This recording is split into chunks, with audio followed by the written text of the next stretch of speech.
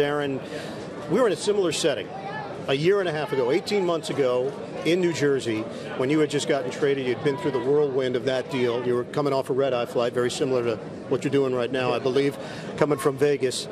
At that point in time, could you have even imagined what the last year and a half of your life would have been like to get to this moment? Not really, and it was similar, but it's a lot different feeling this time, a lot better feeling this time.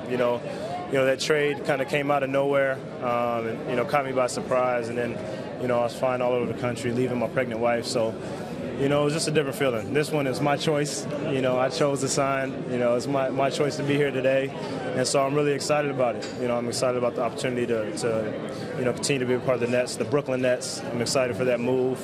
I'm excited for the new arena, just all the possibilities that we have. We have pretty much a brand new team out here. There's only 3 guys on this team from last year that I played with as of right now. So, I'm excited. I think we're going to have a strong team. I'm excited about playing for Coach again. And just the way this organization pursued people in free agency and was very active, helped make my decision easier.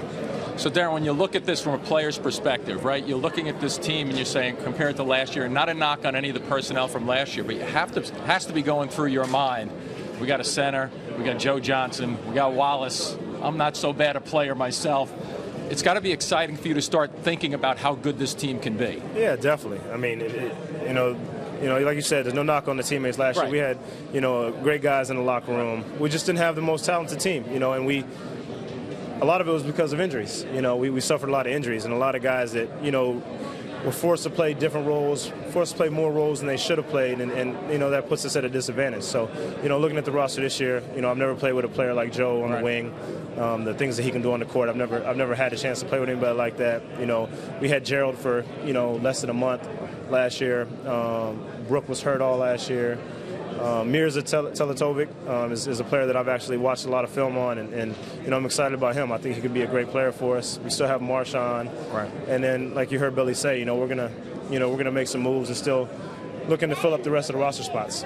Deron, throughout this whole process, you said that, I don't know, I have not made my decision yet. There's all this speculation. Everybody else had an opinion, and only one man's opinion and your family's opinion was that mattered most. How late in this process did you really finally make that final decision? We've heard that the Joe Johnson deal certainly played a role. Were you toss-up? Were you 50-50 right until the final moment? I actually was pretty close to going to Dallas. I think before my meeting with Dallas, I was kind of leaning towards going there.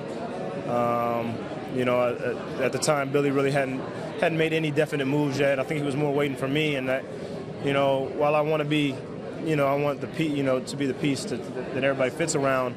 I didn't want to be that piece and then nobody come. So, once Gerald got re-signed, once I saw, the trade for Joe, I think that kind of, put me over the hump, because I knew we were going to have a chance to get Brooke back, Hump back as well. So, and when I saw we kept Marshawn in the deal, that was great for us, because he's a great young piece and played well for us last year, and I think he'll have a chance to learn from Joe, which is great for him.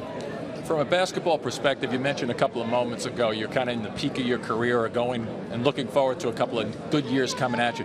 Are you going to approach this next season and a couple of seasons with this talent and having Joe Johnson any different? And don't take this the wrong way, not to take a play or two off, but be able to pace yourself differently now that you have talent around you like this? Well, that's what I'm most excited about, is I can go back to being a point guard. Right.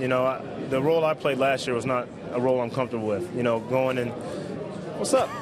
Going and shooting 20 times a game for us to have a chance to win is not really my game. My game is really, I get confidence, I get going by getting other people involved early. And then, of course, I can take over if I have to, and when the team's struggling, then I try to step up my scoring. But, I'm just excited for the fact that I don't have to do everything on the court. Right. Joe, like I said, Joe can take pressure off me.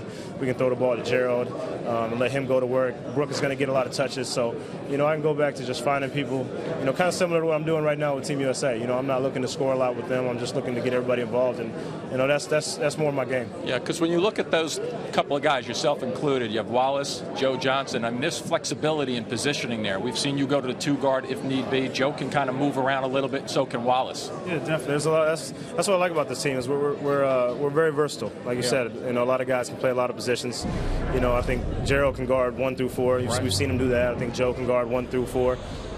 You know, when he was in Atlanta, a lot of times he was on me.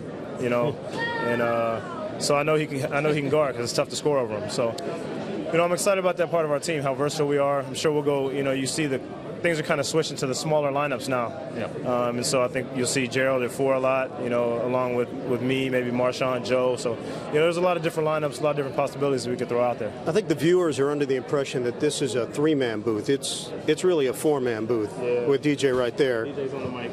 What's the scouting report on DJ? Because I don't think he wants your job. I think he wants my job, is the sense I get. As long as it's not mine. What's funny is he's adopted. And he's actually was adopted in Brooklyn, so really, yeah, it's kind of ironic, but yeah, that's my little man. All right, tell us a little bit about what the schedule is for you when you take off again, when you get back with your teammates with the Olympics, and then everything that's going to happen after the Olympics and getting together with your new guys here with the Nets. Yeah, I'm out of here today. I got to go to D.C. That's it. Team flew to D.C. This morning, so I'm going to meet them there. I got to look at a couple places before I leave here, try to find somewhere to live, you know, because once I get back, it's kind of going to, you know, creep up on us. Real life. So. It's funny how that works. Yeah. So that's it. You know, I'm excited about these Olympics. I'm excited about, you know, having a chance to compete with these guys and under Coach K and have a chance for another gold medal. And then, like I said, I want to get the guys in a little earlier this year, you know, maybe around September 15th. I think we're supposed to start October 2nd. So, you know, we have a couple weeks together of just working out and getting, you know, making sure everybody's in shape and ready to go. Deron, good luck with everything. Congrats. Thanks, man. Appreciate it. Deron Williams.